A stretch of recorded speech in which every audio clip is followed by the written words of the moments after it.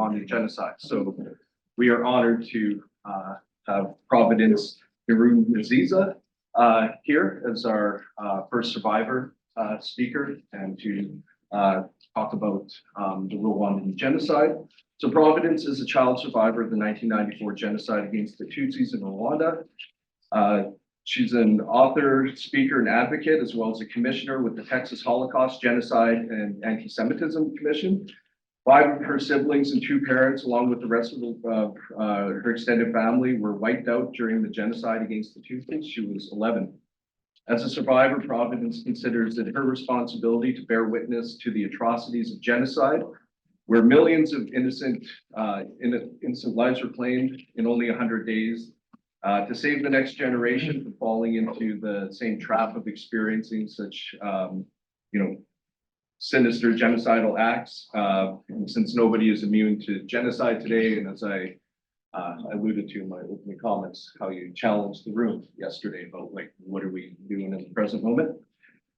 So as an advocate, Providence is proud to be a voice for women survivors living with HIV/AIDS and other long-term illnesses through rape and other forms of violence during the genocide. Her past speaking engagements have included the United Nations headquarters in Geneva, New York, and Vienna, the Swedish Parliament, and 3 of the 4 Holocaust museums in Texas and many universities, libraries, and churches, and you can have genocide awareness here. So thank you for being here, Providence.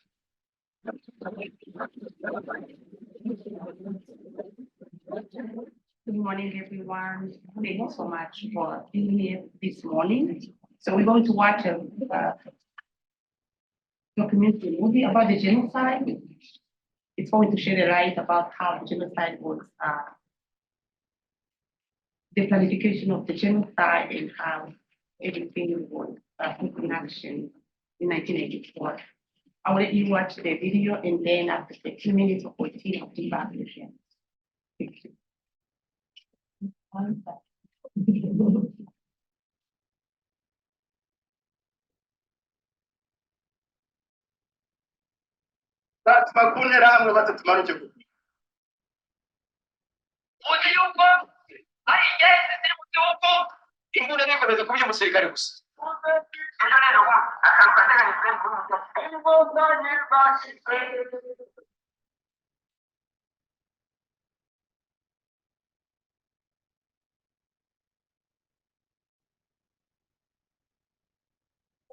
bavuga ngo jenoside uwasubiye ayabona yuko ifite ishingiro kubera yuko hari n'ibindi bintu byinshi byari byarakozwe mbere yayo, ibitekerezo bya ibitekerezo birenganya, sindagaza ibera ukagendeye ntabwo ari impamvu nimba ushaka abapfuye mu bihugu bigaye ku isi arabarika ibyo byapfuye amazi rero byinshi ariko ibindi birahabarika.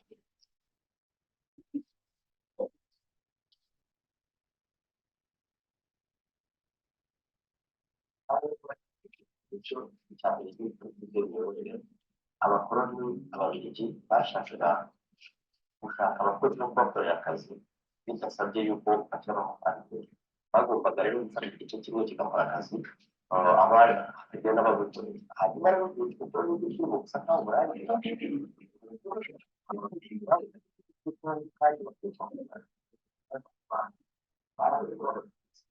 bagaragara ko bari gukana akazi gakoze cyangwa kabakubita nabo batagakoresheje, ntabwo bazakwemera kuko badatwukorera ibyo kwita akarima gakorera ngo twishakiye.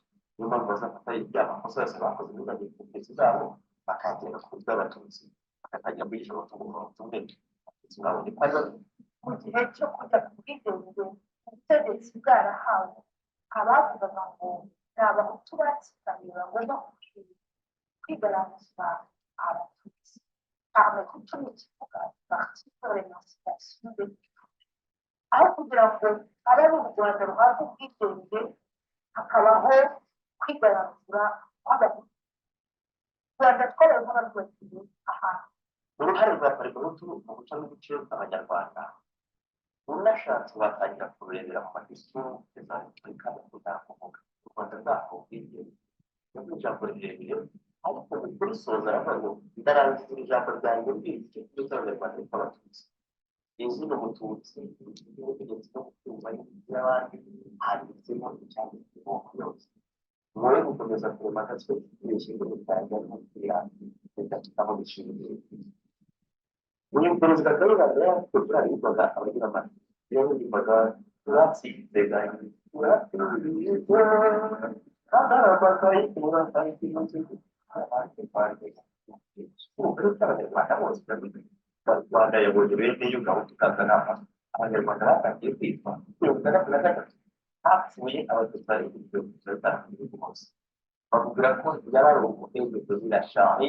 tukanama ubwo ngo yabarongo yabaye k'akamoteri iwacu mu bukungu muri gitongoro habaye ubwicanyi bukabije ndetse n'itangazamakuru mpuzamahanga byatangiye kuvuga ko sexual exact reality. Bose sosiyete nyarwanda no kwibaza nibuka nkazana icyaha umututsi watwikirije wiciwe cyangwa watangiye gutema yahumba neza bavuga ko yatonguye muri mirongo irindwi na gatatu rero tuza kukwezi bwari mu marembera y'imana rero ni ukurangira igisirikare cy'igihugu amahanga atakimbumva igisubizo no gushakira ikanura kugira ngo mu gatandatu z'ukwezi kwa kabiri abagizwe mu kugira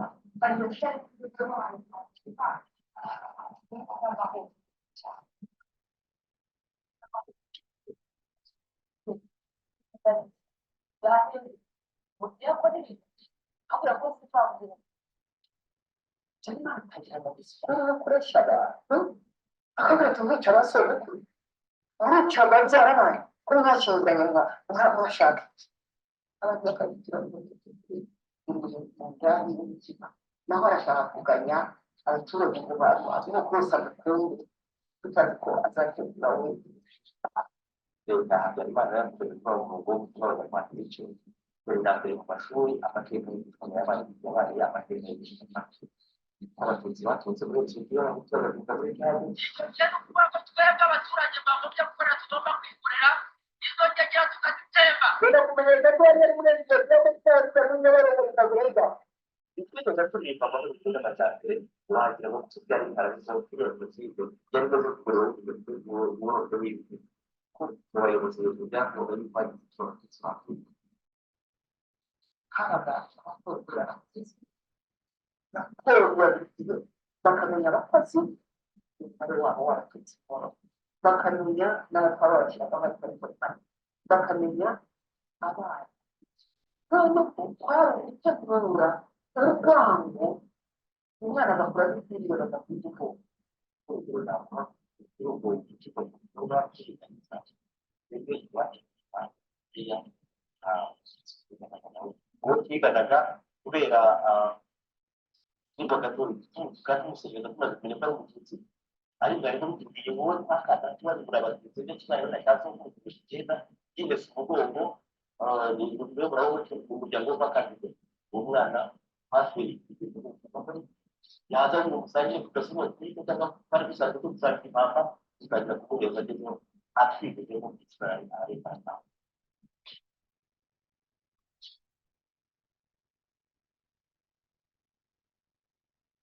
rero inkotanyi zarateye kugira ngo hafi kuwa mbere rwego neza itariki ya mbere y'ukwa cumi mu ijoro ry'uwa mbona umujyi wose ikirere cyabaye nyine amasasu acana noneho uracyari ku itariki ya gatanu batangira kugenda bafata abantu bitegura icy'ingenzi inkotanyi zimaze gutera nk'uko bagombaga gushakisha intwaro habaye nko gushakisha intwaro basaba abantu bashingaga n'abandi bose barahamagaye basura umunyarwanda ntabwo no gufasha igihugu guhangana n'umwaka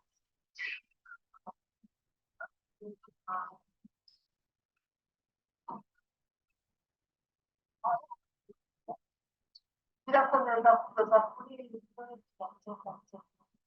bambaye kumva indirimbo yo kwica ngo tubasembake ikwirika icyumba cyangwa cyangwa ikibuga gatangisa byagenze icyo bivuze ubutegetsi kimara gutsinda propagande mediatike no kuri radiyo y'igihugu yari ihari inyangarwanda ikora agasate ibatsi b'igihugu ibyo byarabaye amategeko y'ishuri y'abantu ko yasohotse gufasha ntabwo yasomwe n'abantu benshi yaje kumenyekana mu banyarwanda kuko radiyo rwanda yari y'abantu igatera fpr ya mirongo icyenda na gatatu radiyo rwanda yayigisha ikabisobanura kandi bakubise n'aho byanditse guhera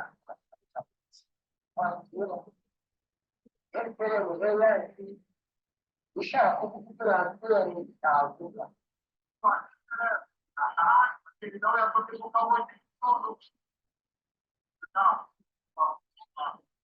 ikintu kandi gihindura gukora ishati kugurana porogaramu n'abantu bo kuri muhabura icyo gihe bari baramaze gusinyisha uwitwa dantano yashyizeho indirimbo yo kuvuga ngo turagere tugiye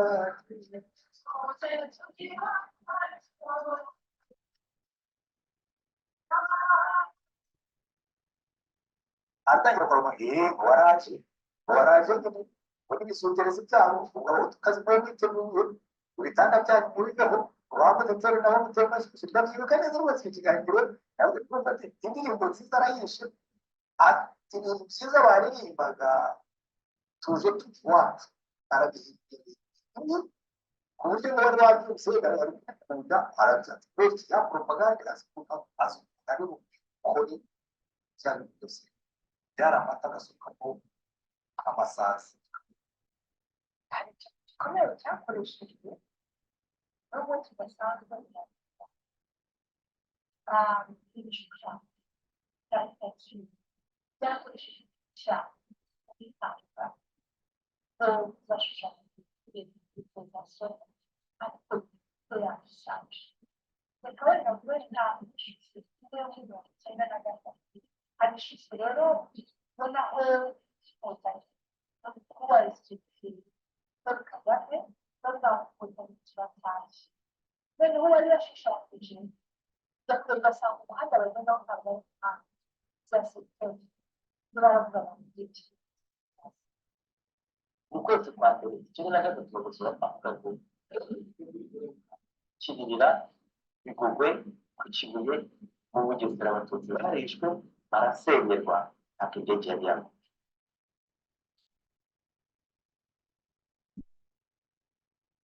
so kwa gatanu rero ni umunsi umwe twagize byose kuko haje imbunda zidasanzwe haza abantu badasanzwe bari bafite imbuga bafite umuriro bafite n'ingoma twabonaga ibyo bintu tukarira nta muntu ugezeho bamwe bananirwa no kugenda kujya hasi abantu barabica umusozi wose uhinduka imigezi yose yahindutse amaraso baratemye icyo gihe umuntu wese warokotse uwo munsi yarokotse azi yuko ari we wenyine warokotse Tutsi wize Jason wacunguwe yazanye umupete yahuye ibikorwa by'umusozi bifite pawa yakoze ukagira ngo tubisitse kora akaragiye ngo twe n'abana bakomeye karagiye ariko bakubera yabize karagiye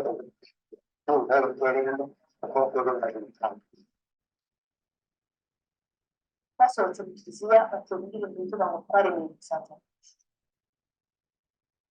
umuntu yaririmba kandi yari umuvuzi nawe yasubiraga basohoka noneho bamaze gushyira mu kiliziya abantu bose babandagaza mu mbuga hanyuma hakurikira icyo cyo kuvuga ngo abagore bicaranye abagabo ikintu cyitwa umuhungu umugabo umuhungu umwana w'uruhinja w'umuhungu bagashyirwa iyo batangiye bakica bamuciye mu kabiri batwuzurika bagafata amaraso avamata kuko bari bazifite cyangwa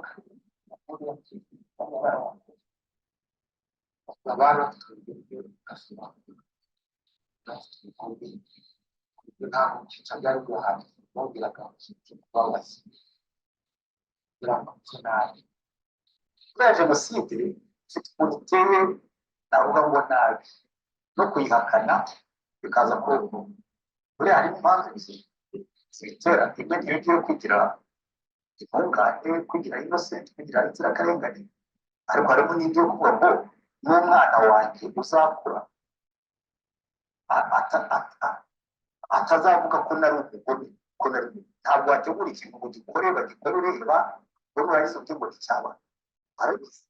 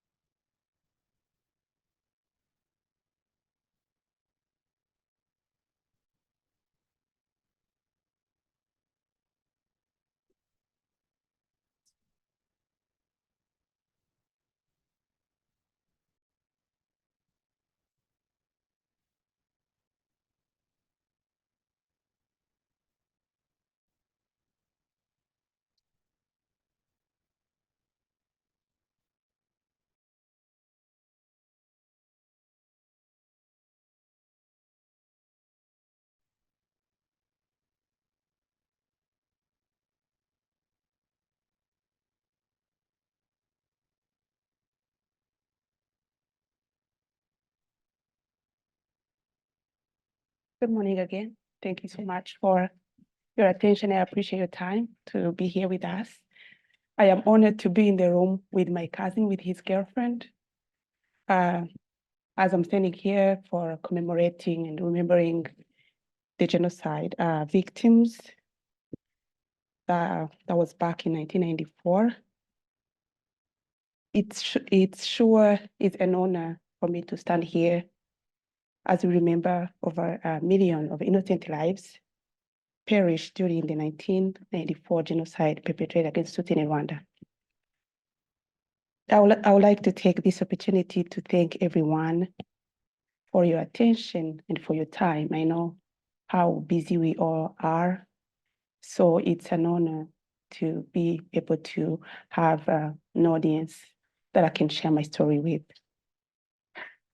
As we remember 1 million of the victims of the genocide perpetrated against Tutsi in Rwanda in 1994, I'm standing here as an eyewitness to the genocide, but I also would like to recognize survivors for their resilience, standing strong after losing all of our loved ones. They were dear to us, and we miss them daily. They should be here with us today. Not a day goes by without me remembering their life and light. My mission is a direct product of their story. I'm honored to be a voice of the voiceless, fighting for the legacy, memory of our people. I would like to thank, is it me? Is it me? Was it me? Okay. I would also like to thank Dr. Timothy Langer, for inviting me and having me here today as we remember the 30th year after the genocide, but also I would like to thank Dr. Ed, who served at the commission with me and who remained a friend afterwards. I would like also to thank Mary for coming and being here with us today. she's in the room. We are meeting for the first time. We have a lot of similarities. She lives here and I live in Texas. I really would like to thank you. And thank you for sharing all the details you shared with me.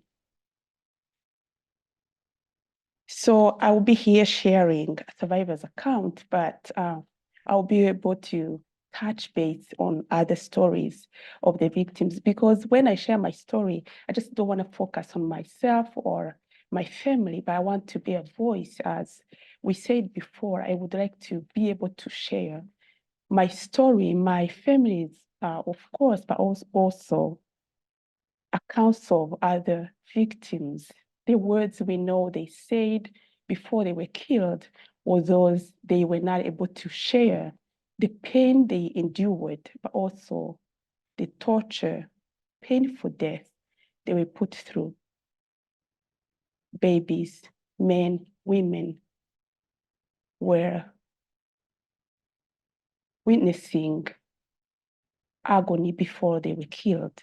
So as I'm standing here, I will be sharing stories of the victims, of the survivors, and my loved ones too.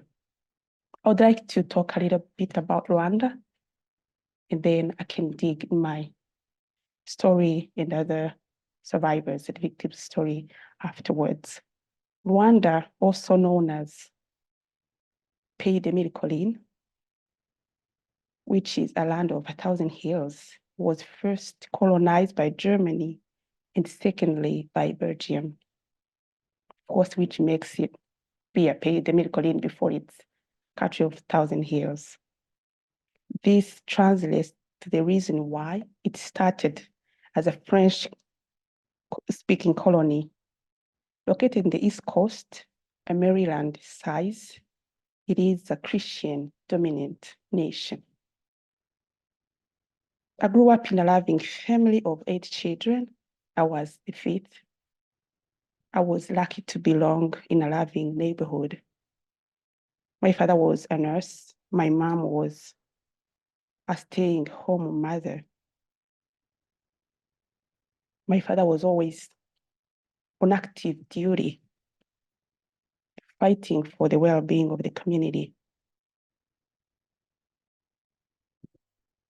I loved my family and never have I imagined them in any circumstance where we will not be together, much worse, where I will have to live the remaining part of my life without them on my side, finding a way to hide. My father loved me. I know I was his favorite child. We looked alike. That made me proud to no end. He liked that I would read newspapers for him, and I was always ready whenever he was. We lived in eastern province of Rwanda. So let me tell you a little bit about this newspapers that I was reading for him. You saw the newspapers on the video talking about hatred, saying how Tutsis are snakes and cockroaches. So these are the newsletters that I was, because I loved to read when I was young, and he was buying newspapers all the time. So I would rush to go read. And as he saw that I wanted to read all the time, he wanted me to read for him. So as I was reading for him the newspapers, my mother taught me how to braid her hair. And I always did that because I would see how relaxing it made her feel. When the time to go to school came, I was 6. I made friends in no time. Very excited, my joy did not last. We always were asked to stand up in groups, Hutus and then Tutsis.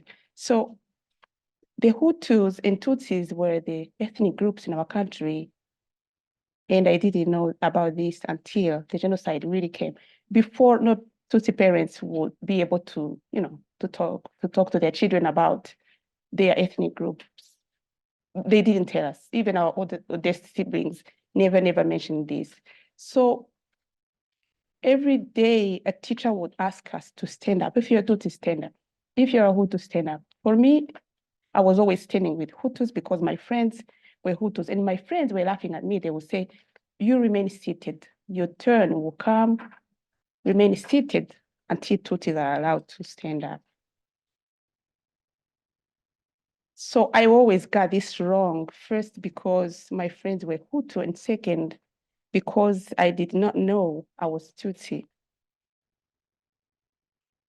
Nobody in my household would have hinted our ethnic groups. I was overwhelmingly embarrassed after I was asked to wait for my turn.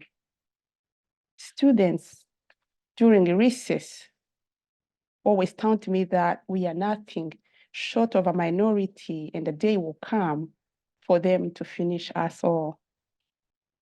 They said it won't be hard to execute all of us because it's just few of us. It really did not take long for me to confirm what they always said.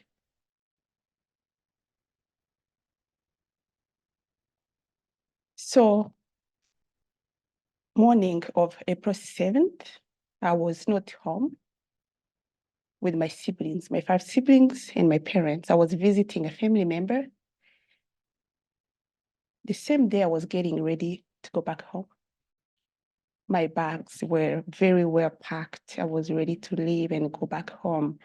It was time for me to go to my other siblings because they were going to go to boarding school. So if you're here and you know the French system, we have primary, secondary, and then university, which is college here. And then they were in secondary, which is, I think, high school here. And then our siblings, all the Tutsi or Hutu families that I knew, I think it's a junior high or something here. My kids are small, that's why I'm not very sure what I'm talking about. So they will go back to school in boarding school. It wasn't easy for them to go to school and come back home every day. So they were going to go to boarding school. So for me, I was in a rush to go to them and say goodbye to them, because when they were home, it was fun. And as soon as they were gone, it was really boring. And I loved them to be home because they were having those trending music and everything. So it was really, really fun. And that's why I was in a rush to go back home. So on the 7th, I was getting ready to go back home, and a news struck that the airplane carrying the then president got shot and everybody on board died. I had to wait for a short period of time to see how the situation was going to be. On the radio, there were classical mourning songs for the president who died. If not, they were switched with the gospel songs. We started to worry. Things were changing in no time. Propaganda on the radio, search for Tutsis wherever they were. And on the radio, they would say, make sure you target all the Tutsis. Songs were used to hunt down Tutsis like venomous animals. Dogs were used to search. Dogs were used for a quick search of the victims in the bushes. Perpetrators were racing and fed enough as those dogs to be ready to perform. Tutsi homes were immediately set on fire. We would hear disturbing noise of how they were being pounded down. So you could hear the sound of how they are pounding down Tutsi homes, and you could see smokes on the other horizon.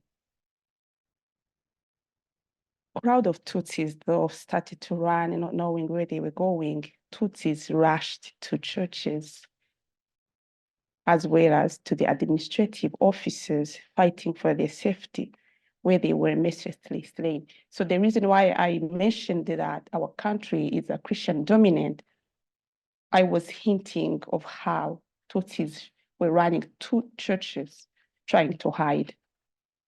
A pile of dead bodies, same afternoon, was laying on grounds on the streets. So we started to run, to hide. And then Tutsis who went to churches, if they didn't get shot, because to be shot, you had to pay, it was a device on the radio to cut Tutsis with a machete, and we'll come back to the machete situation afterwards. So those who went to church got killed in church.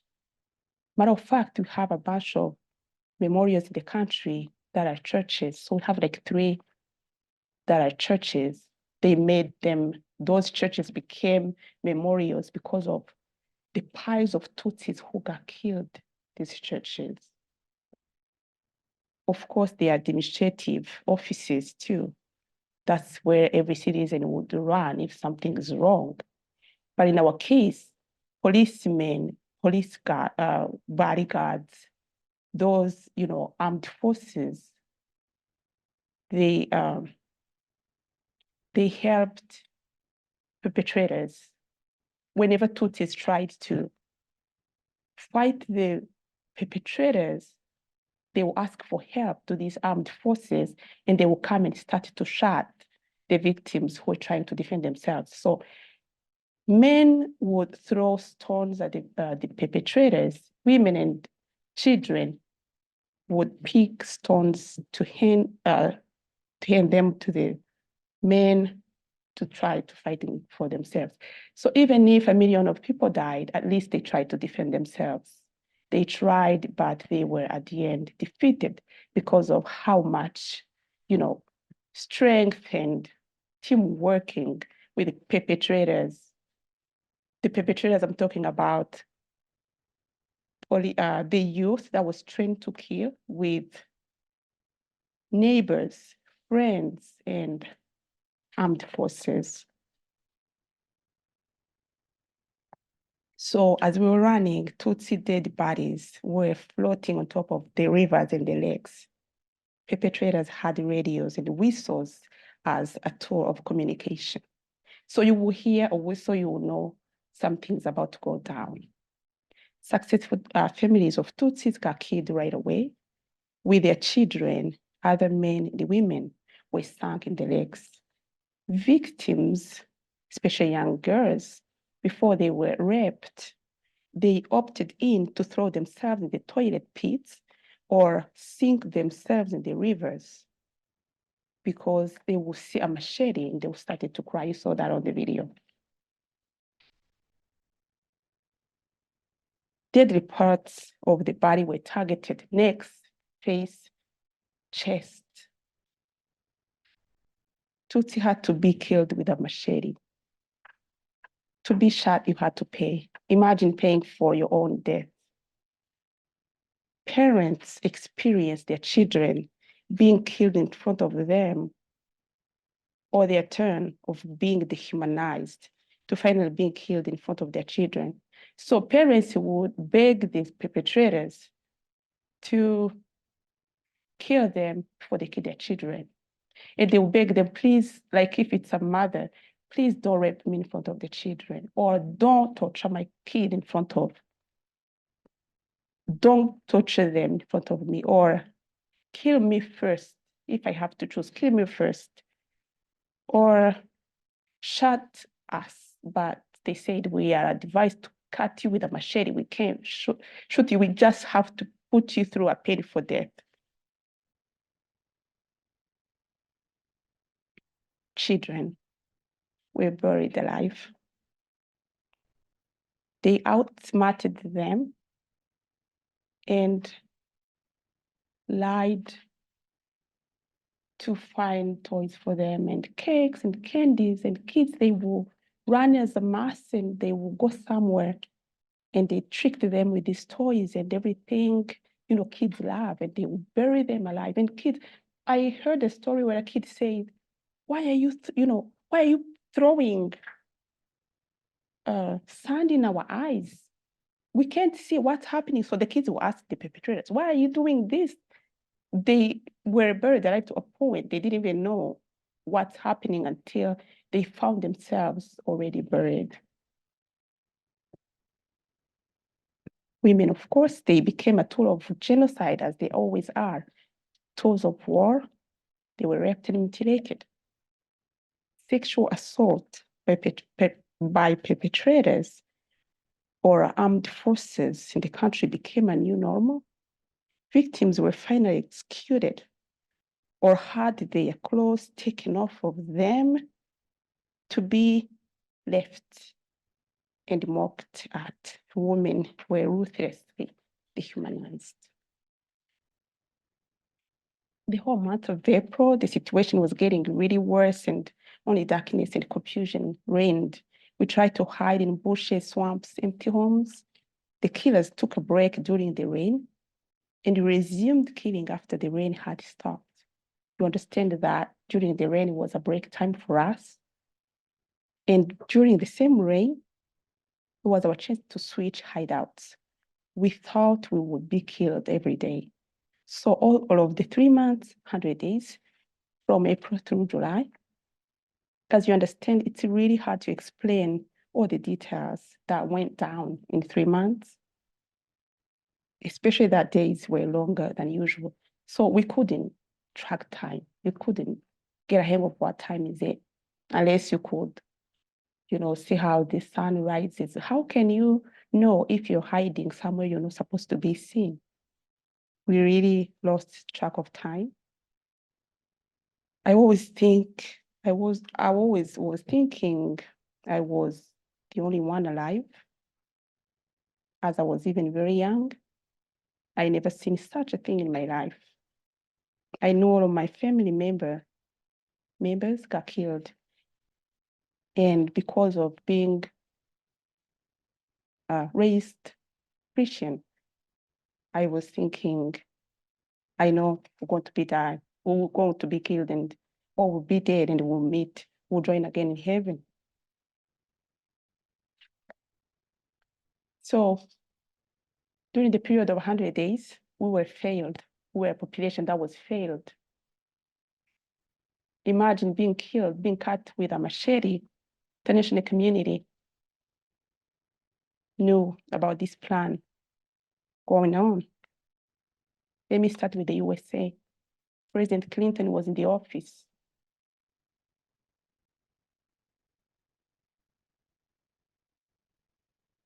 And when this mission of killing all the Tutsis was hinted to him, they said that's a poor country. We don't have any interest with them.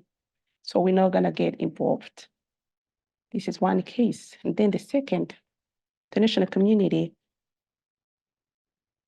turned a blind eye, refused to intervene as children and women and men were being killed. They all knew that the planification of Tutsis, the ethnic cleansing was going on because a Canadian general, Romeo Dallaire, hinted at stockpiling weapons, but nobody seemed interested. We died alone.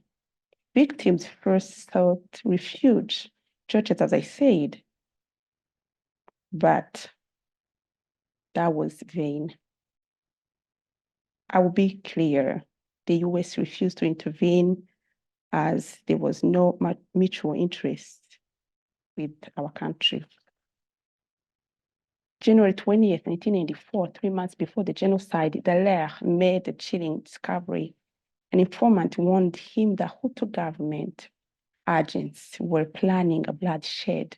Hutu government were training the youth to be ready to kill when time comes. They were going to conduct an outright slaughter and elimination of the opposition with us, Dallaire said. Dallaire cabled his bosses in New York, warning that the order is out to register all Tutsis in Kigali, because Kigali is the capital city. He suspected was going to be the extermination. And as you saw in the video, killing started in 1959. So it was really easy to understand that something's going on. Tutsis were being killed. They were put in jails. For no reason, they were killed. So Dallaire did his job to hint this to the Secretary General. Boutros Ghali was the Secretary General then. They described a major weapons kit which Dallaire said he planned to read in the next 36 hours. Maybe you can get Romero Dallaire book. It's called Shake Hands with the Devil. He talks about everything. There is another movie called Ghost of Rwanda. He gets into details about everything about the genocide. So when he talked about all of this, Dallaire was ordered to avoid the risk to soldiers, the priority, not saving the lives of Rwandans. So I understand that right after General Dallaire was trying to intervene as a humankind, because I understand he has roots with genocide, Holocaust survivors. He didn't want to witness the genocide happening again under his eyes. And then he hinted about the killing in the pipeline. So Boutros Ghali, who was the Secretary of the United Nations, rejected the idea. Matter of fact, they took a great number of soldiers off of him. They had him stay with few that would be able to help him. So the Department of Peacekeeping Operations was concerned about the safety of Dallaire limited UN force. Kofi Annan was, I think he was operational officer or something. I'm not sure about him. I know he was also the Secretary General right after the genocide. He said that they cannot agree to the operation contemplated, as it clearly goes beyond the mandate. Dallaire tried to change Annan's mind. He tried repeatedly, exchanging faxes with New York through the rest of January and into February. The UN Secretary General, Boutros Ghali, the sixth Secretary General from 92 through 96, was supporting the extermination. As a matter of fact, the machetes that were bought and ready to be used beforehand, they were purchased by one where there was a Rwandan who was worthy, who sponsored the buying of machetes to be used in the genocide. And the machetes were not in the country, they were hidden at Boutros Ghali's country, which is Egypt. So this is the Secretary General. They were telling there is an ethnic cleansing in the pipeline. Can we intervene? And he said no, because he knew the machetes that were going to be used were hidden in his country. So of course we understand how supportive he was of this genocide. From April 7th, the victims were starving before they were killed. Children were hungry, they were cold, they were tired and thirsty. Some of them were sick and weak, which made it hard for them to be able to hide. Every time Tutsis were killed, no justice was served. Tutsis always got killed. Case on point, 1973, President Habyarimana toppled Gregoire Kayibanda. Both presidents were Hutu. Tutsis were a target of pogroms and massacres following that coup. This is exactly when a big wave of Tutsis took place right after the kingdom was abolished. This is 1973. If there's something that I need to make clear for you today, is that the genocide has been prepared. Tutsis were killed because of the planification that was already made, not of the president who got shot. Countless times presidents died everywhere, and that did not necessarily mean the population was a target. The president's death is a trigger, not a cause.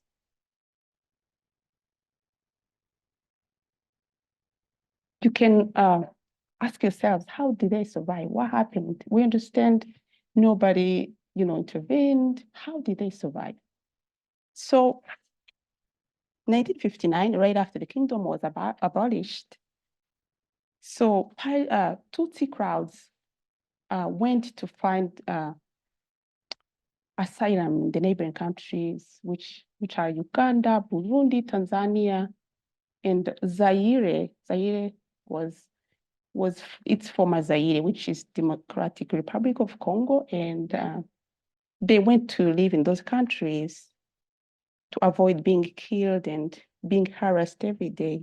So while the Tutsis were living in these countries, youth of Tutsis formed a group trying to restore human rights in the country. In the end, they formed an armed force moving forward to save Tutsis who were being killed at this time. And this is how Tutsis were being, were able to be rescued.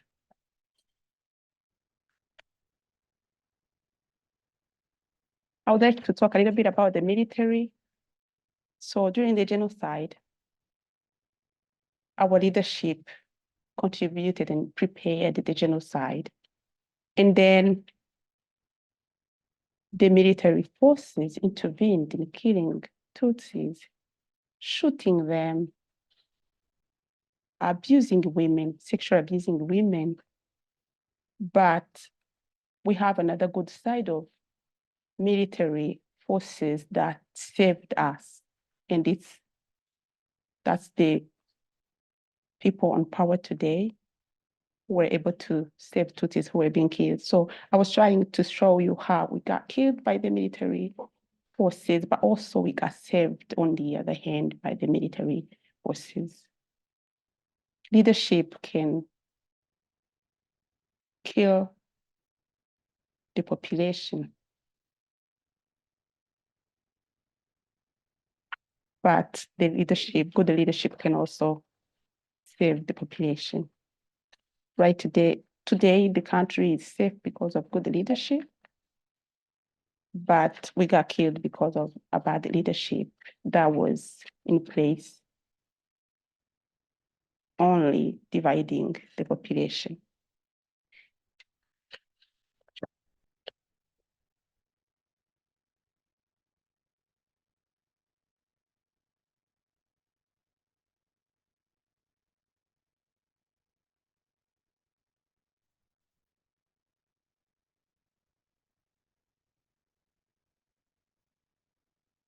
So we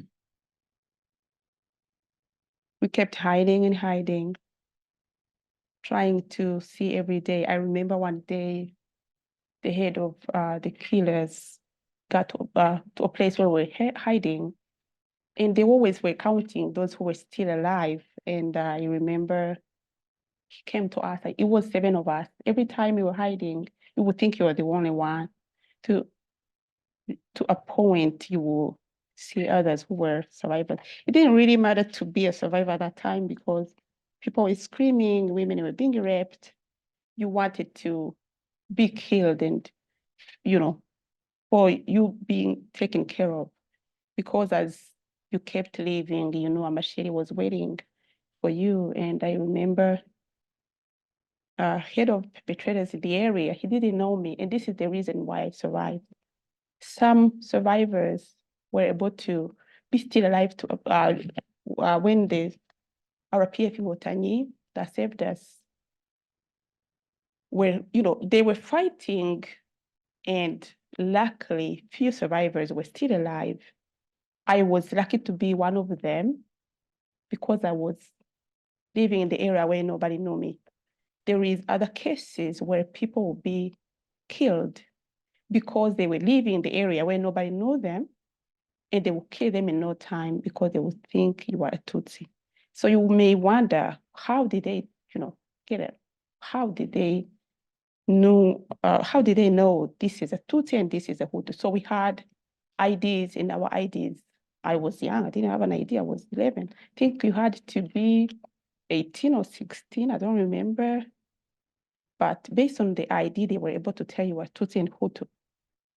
So every time on the roadblocks, they will ask, are you Hutu or Tutsi? You try to outsmart them. They're like, bring us, show us your ID. So that's how they will know you are Hutu or Tutsi. But also another thing is physical features.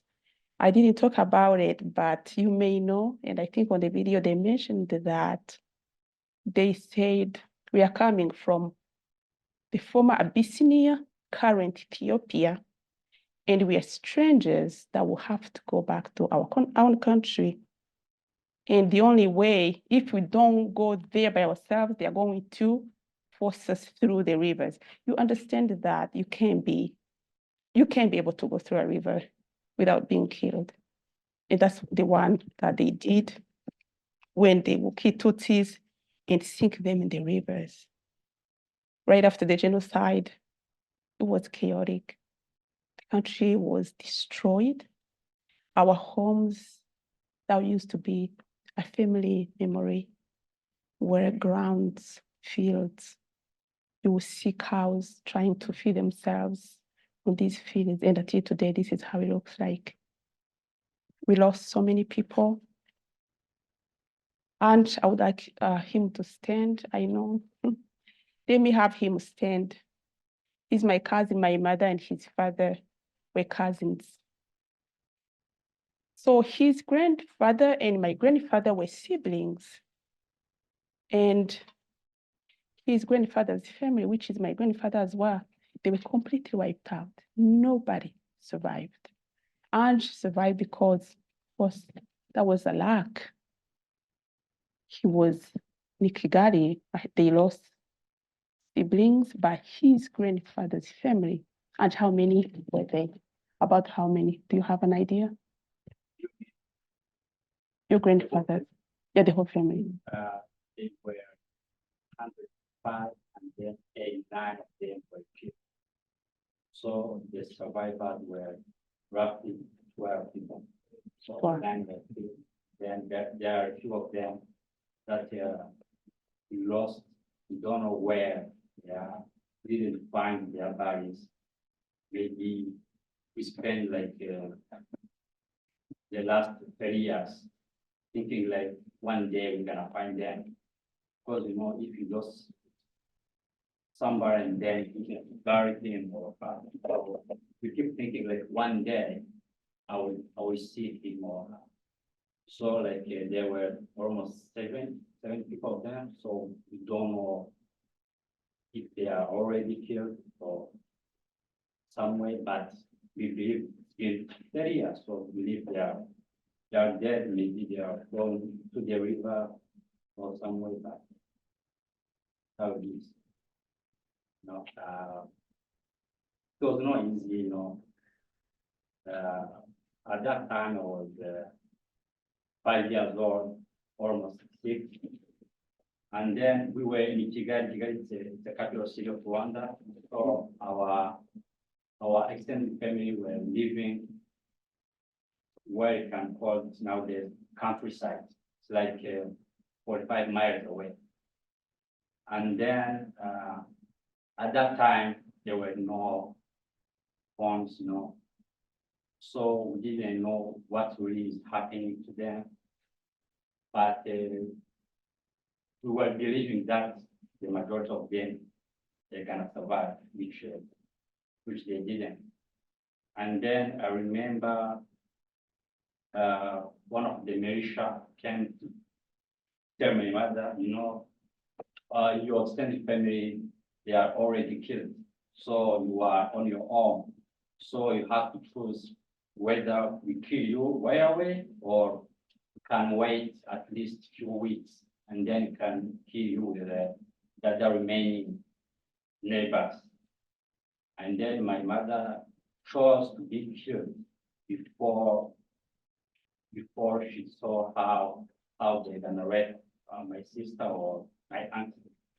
And then the militia or the perpetrator say, it will be good for you guys to see what you're gonna do to your children before killing. And then my mother at that time, she had $100 US dollar $100 at that time, it was a lot of money. You can even buy a small house. And then she gave that money to the militia, and then the militia, after taking that money, she killed our aunt in front of our mother. And then she said, if you already have another $100, maybe I'm gonna kill you before I kill your children. And then my mother said, you know what, do whatever you want. And that, Thank you. Yeah, I know. So survivors have some, many stories to share, and grateful for those who are still alive. We maybe at the end of the program, you can, meet Ange, and he's living here. I'm traveling from Texas. He can probably, stay in touch, and he can be engaged in, educating the community. I really would like encourage you to connect with him, and probably he can give you insights. Maybe see, he was 5, but he still has something to share. We didn't have a chance to live our childhood because you are 11, you are 5, you are 2 or 4. You still have to go through genocide experience. We always are going through this post-traumatic era of the genocide. So this is what happens. You are 5 and your mom is giving away $100 to buy your lives, but still you're going to be killed. So this is what happened. He touched base about something. When you didn't have a chance to get closure to your loved ones, you don't get to bury them. You will always hope to see them. I remember after the genocide, I was always rushing to churches, not because I wanted really to go pray, let me be honest, just because I wanted to see if my mother, my father, my siblings, my family members, my cousins who were my generation survived. So I would go to the market, I would go to the church, and I will, be patting somebody in the back, and I want them to turn around. I can see he has my brother's, height. Maybe he's my brother, and I will pat them in the back. I'm like, who is this? I said, I would like to see if you are my brother. You look like my sister, are you? And I remember the names. So this is the trauma, the grief survivors have to go through after the genocide. Also, when you are a survivor, there is no day that goes by. Let me tell you the truth. There is no day that goes by you don't think about the genocide. No day. So a day is wrong. I think no hour, because everything you do is related to the genocide. Genocide. I will have brothers, I will have uncles, I will have this and that. Maybe things will be better. Maybe my parents will be here. Maybe kids wouldn't have to complain about the grandmother day, uncle day, aunt's day, and I don't have an answer for this. So this is what happens. When you're a survivor, you deal with guilt. I remember I saw Ange's uncle when we were hiding, but also I saw my cousin whose family was completely wiped out. I deal with guilt that I survived, but I didn't tell them. Maybe you can join me and we can hide together, because I didn't know we're going to survive. I was young, I didn't know what I was gonna do. But this is something you just can't get over. You have to deal with it.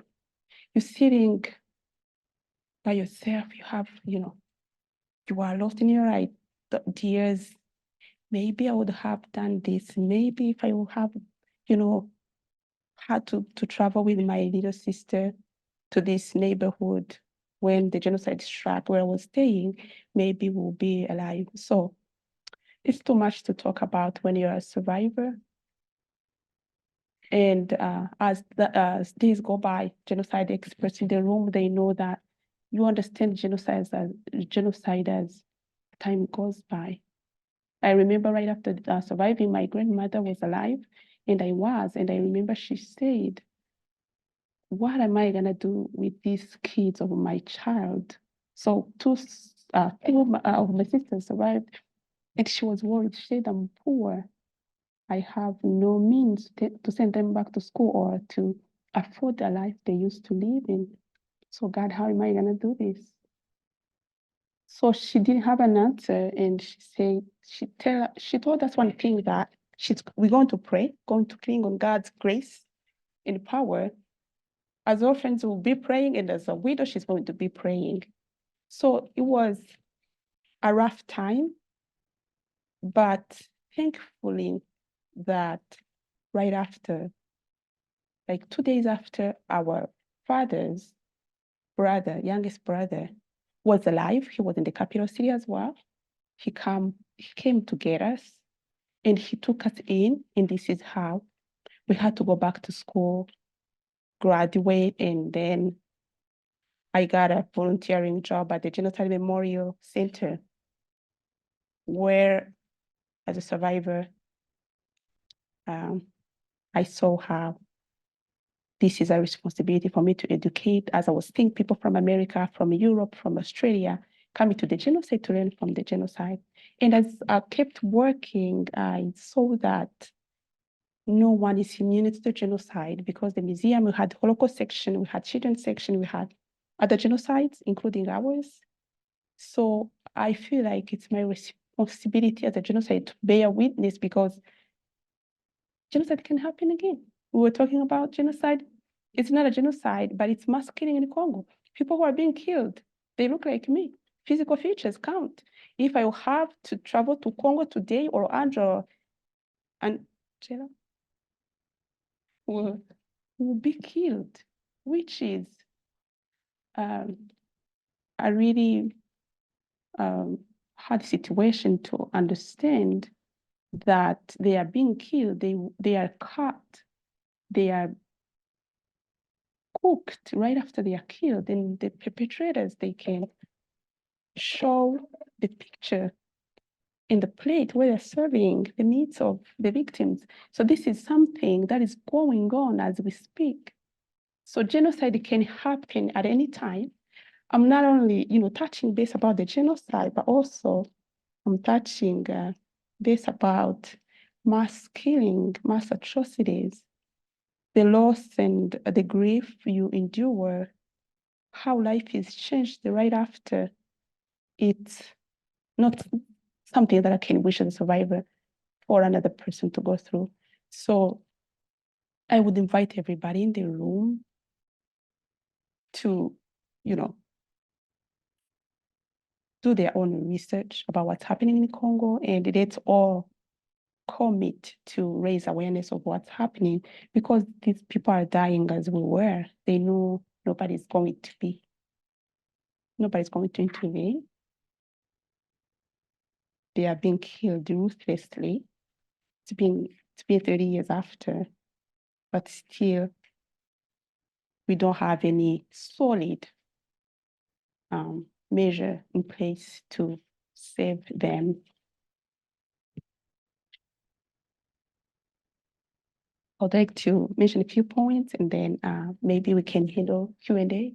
Yeah, 5 minutes. Okay.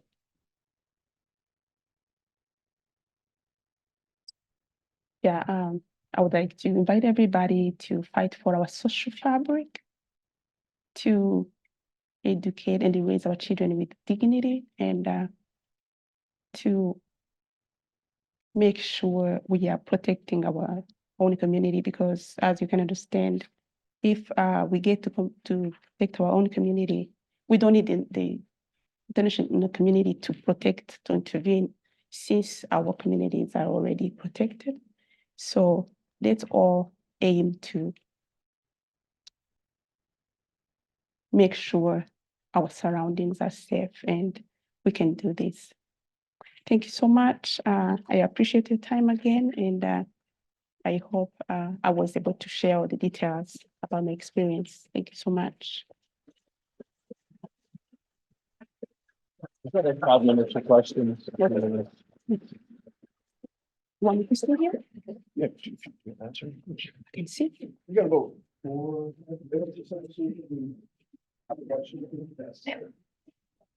Do you think you could talk a little bit more about the experience of hearing other school children your age kind of preface this idea of a genocide happening almost? At least that's what I heard from when you were talking about hearing the other grade school children kind of say, this is what's going to happen to you, this is what we need to do, kind of.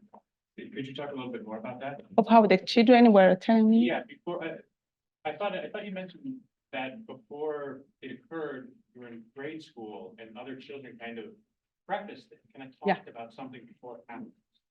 Yes, so yeah, other children of my age, they were always, saying during recess that they're going to kill us.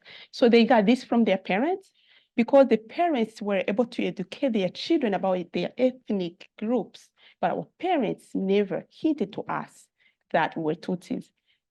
They protected us from this information that is useless, but the ethnic groups, the Hutu ethnic groups, parents made sure they told their children where they're coming from.